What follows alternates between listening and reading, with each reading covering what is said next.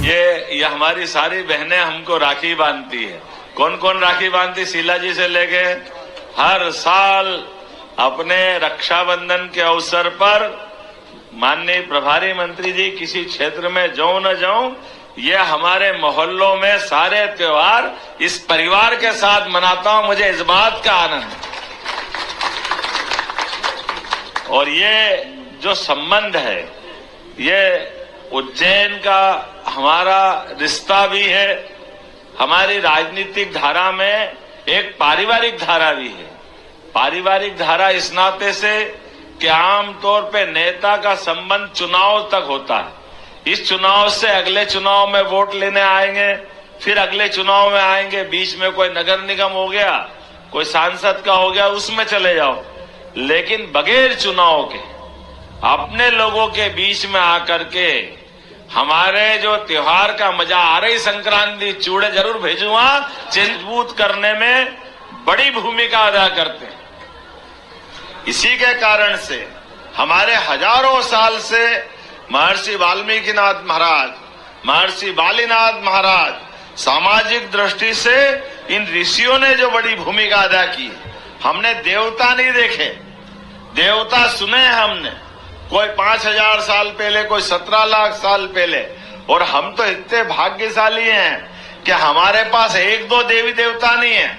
होंगे लोग जिनके कोई के एक ही देवता, उसी में वो इतराते रहते हैं, उसी में नाटक करते रहते हैं, वो दूसरे को मानते ही नहीं है। कोई क्या कहता, कोई क्या कहता है। अरे हमारे यहाँ तो ये संत वृंद ने अपने यहाँ देवी देवता, अरे ये तो ठीक है, योगी योगन साधु संत ऋषि मुनि जिस धारा में जाओ, और तो और देवी देवता भी इतने इकट्ठे हो गए कि 33 करोड़ देवी देवता तुम चाहो जिसको मानो, अपने लिए कोई संकट नहीं है। नदी पहाड़ पर्वत वनस्पति, अपने देवता भी क्या देवता है। जो असंभव है वो केवल सनातन में संभव है। प्रहलाद की आ रही होली, कितने प्रकार से नाटक किए उनने, ना दिन में ना रात में, क्या क्या वरदान ले लिए थे उसने। हिरण्याकश्यप ने कितने वरदान लिए। तो खंबा फोड़ के कोई धर्म में अगर देवता आ सकते, वो केवल सनातन धर्म में आ सकते, ये पक्की बात, और किसी धर्म में नहीं है। हमारे लिए आज वाल्मीकिनाथ महाराज, बालीनाथ महाराज, और बालीनाथ जी महाराज का तो मूलतः जन्म हुआ राजस्थान में, और राजस्थान के जयपुर के पास के गांव में। जिस प्रकार से आपने जीवन की यात्रा चालू की, 1869 फागुन सुदी सप्तमी के दिन राजस्थान के जयपुर जिले में मंडावरी गांव में एक सूर्य का उदय हुआ, जिसने अपने प्रकाश से ये आनंद की वर्षा कर दी। ऐसे हमारे आदि नारायण एक तरह, पिता किशनलाल जी, माता सुंदरबाई, और बालक का नाम कितना बढ़िया रख दिया, बालक नंदराम। नंदराम कौन है? हमारे लिए सौभाग्य की बात। नंदराम हमारे लिए नंद बाबा यशोदा से जुड़ता है। नंद बाबा यशोदा ने क्या किया? आप कभी कल्पना करो, अपने मित्र के लिए, धर्म की संस्कृति के लिए, कृष्ण भगवान के जन्म की कहानी को समझने का प्रयास करोगे तो समझ में आएगा। उस दौर में जब भगवान कृष्ण के 7 भाई बहन, कंस एक एक करके मारता जा रहा है लगातार, और मारने का तरीका भी कितना खराब।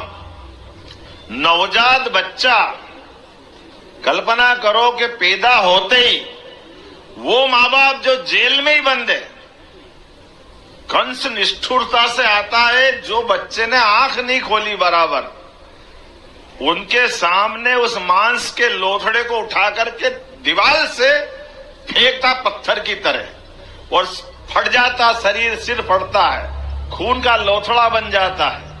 और वो बेबस माँ बाप देवकी और वसुदेव उस कंस को देखते, उसके नाम के हाय फोड़ते, पछाड़े खा के गिर जाते। लेकिन परमात्मा के प्रति भक्ति कम नहीं होती। एक बार हो जाए, 2 बार हो जाए, 3 बार हो जाए, 7 बच्चों को कोई जीवन में कभी कैसे कल्पना करो कि कभी तो वसुदेव देवकी ने, वसुदेव तोड़ पुरुष है लेकिन देवकी तो माता है, माता के तो बच्चे को कोई बाल बराबर भी नाखून से भी अगर तकलीफ हो जाए तो माँ को नींद नहीं आती। ऐसे में 7 बच्चे को मरते देख के पंडित दिनकर जोशी ने पुस्तक में लिखा कि देवकी ने 3 बार अपने पति से कहा कि आप मेरा गला घोट दो, मेरे से देखा नहीं जाता है, इतना ये मैंने कौन से जन्म के पाप करे कि मेरे खून को मेरे सामने ऐसे मरते देखना पड़े। ये जीवन में मैं कैसे बर्दाश्त करूंगी। वसुदेव महाराज समझाते देवकी माता जी को कि तेरे और मेरे माध्यम से हमारे व्यक्तिगत कष्ट तो हो सकते हैं, लेकिन ये समाज का कष्ट दूर करने के लिए ये जहर भी पीना तो पीना पड़ेगा, क्योंकि भगवान जब प्रकट होते हैं तो सरलता से नहीं होते, वो सारी परीक्षा लेते हैं, सारी तपस्या साधना, सारे जीवन के हमारे अपने मन के कंट्रोल को देखते हैं। और हमने सबने सुना कि 7 बच्चों के बाद भगवान कृष्ण का जब जन्म होने वाला है, भगवान कृष्ण के जन्म के समय उनने कहा कि 7 मर गए, अब तो नहीं मरने दूं, भले कुछ भी हो जाए। तो वसुदेव ने देवकी के समझाया कि मेरे एक दोस्त थे नंद बाबा, उनको नंद बाबा से बात करने गए और नंद बाबा के माध्यम से निश्चय किया कि पहला बच्चा बच्ची कोई सा भी आपका मेरा होगा, अपन बदल लें आपस में, आपका बच्चा बच्ची मेरे को देना, मेरा आपको दे दूं। अब आप बताओ, ये इतिहास में बड़ा कमजोर पक्ष है यशोदा माता और नंद बाबा का। कोई अपने दोस्त के बच्चे को बचाने के लिए अपने बच्चे को मरने के लिए दे दे, ये किसी भी धर्म में हो सकता है, वो सनातन धर्म हो सकता है और कोई नहीं हो सकता। इतिहास में नंद बाबा और यशोदा माँ का ये जो त्याग है, ये जो उनके मन के ऊपर कंट्रोल है कि अपने बच्चे को अपने दोस्त को दे रहे हैं मरने के लिए और दोस्त के बच्चे को अपना रहे हैं। और अपना भी कैसे रहे हैं नंद बाबा कि एक बार उनके मुंह पे नहीं आया कि ये कृष्ण हमारा नहीं है, ये हमारा बच्चा तो कोई और था।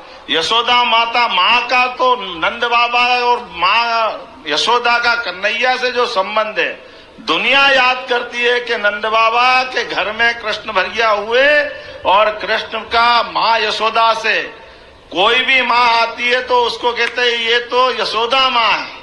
माँ का सम्मान भी यशोदा माँ से बन गया। अपने बच्चे के खून के बजाय दूसरे बच्चे को खून से ज्यादा पालना, ये यशोदा से बढ़ के कोई नहीं कर सकता। मैं सभी माँ को प्रणाम करता हूँ, ये आदर्श हमारे यहाँ है। और हमने देखा वो नंद बाबा हो या अपने नंद बाबा हो जिनको बालीनाथ जी कहते हैं, जो हमको ऐसे ही पाल रहे हैं, ये पूरे समाज को कृष्ण की तरह पालने का अगर किसी ने मन बड़ा करके अपना जीवन इसी सत्संग मार्ग के माध्यम से सबको साथ बढ़ाते हुए, सबके कष्ट में, सबकी तकलीफ में आगे बढ़ के रोल करना, कुरीतियों को खत्म करना, रूढ़ियों को खत्म करना, बिना बात की झंझटों को खत्म करना और सबको सदमार्ग की तरफ ले जाना, ये महान महर्षि बालीनाथ जी महाराज ने किया, जिनका पूर्व नाम नंद बाबा है। ये हमारे नंदराम जी की तरह पूरा जीवन मैं आज भैरवा समाज के माध्यम से हमारी संत समाज की जो धारा है ये गंगा से पवित्र है।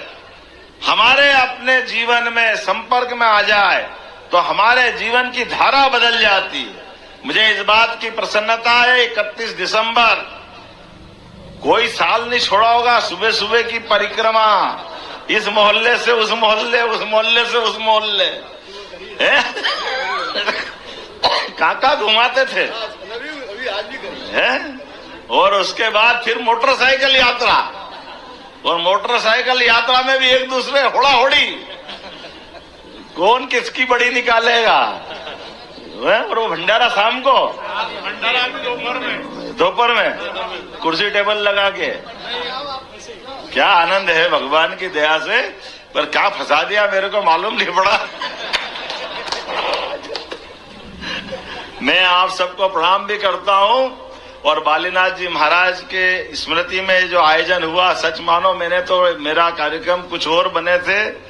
ये हमारी मित्र मंडली आई जिनने किसी हालत में, भले ही कोई कार्यक्रम बना हो, लेकिन अपने बेरवा समाज का प्रदेश स्तर का कार्यक्रम है, तो कोई इंदौर से, कोई नागदा से, कोई राजस्थान से, कहां से हमारे लोग आए। मैं आपको प्रणाम करता हूं, आपका अभिनंदन करता हूं बाबा महाकाल की नगरी में। और हमने भी निर्णय किया है, महर्षि बालीनाथ जी ने जो सिखाया है, गरीब से गरीब आदमी के जीवन में भी कोई कष्ट आए, कष्ट के पहले सरकार दिखना चाहिए। मुझे इस बात का आनंद है, इसलिए हमने, पहलवान है सब बैठे हैं, विनोद बीमल मिल का संकट खत्म करा था, सालों पुराना पैसा सबको ब्याज सही दिलवाया था। दिलवाया कि नहीं दिलवाया हमारे बीच में से सरकार का मतलब, मैं उस समय मंत्री था, लेकिन हमने माननीय से कहा कि ये गरीब लोगों के हक का पैसा है, फैक्ट्री बंद हो जाए इसका मतलब मजदूर की क्या गलती। आपने लाइसेंस दिया, आपने फाइनेंस कराया, वो मशीन लाए, वो फैक्ट्री चला रहे हैं, कोई कारण से फैक्ट्री बंद हो जाए, कोई कारण से उद्योगपति चला जाए, अब इसकी गारंटी तो सरकार को लेना पड़ेगी।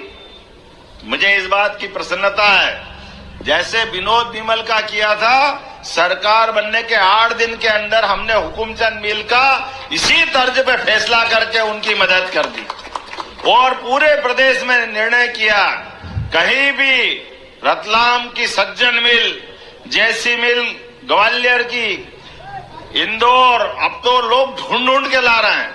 अभी बुरहानपुर की मुझे पता है शुगर फैक्ट्री, वहां का भी यही संकट है, मुरैना की फैक्ट्री, वहां का भी यही संकट है। हमने कहा चिंता मत करो, कहीं भी किसी भी गरीब भाई बहन का अगर मजदूरी का पैसा अटका है तो सरकार पूरे ब्याज सहित पैसा देगी, इसमें कोई संकट नहीं, कोई उलझन नहीं। और अपने समाज के लिए भी जिस प्रकार से अपन काम कर रहे हैं, आने वाले समय में महर्षि बालीनाथ जी की तो प्रतिमा लगी है, अब तो अपने बीच में इस साल तो कर लिया, अब अगले साल कराना, तो अगले साल पंचायत करेंगे धूमधाम से, और अपने वहां हाउस में भी बुलाएंगे, हाउस के अंदर आनंद बनाएंगे।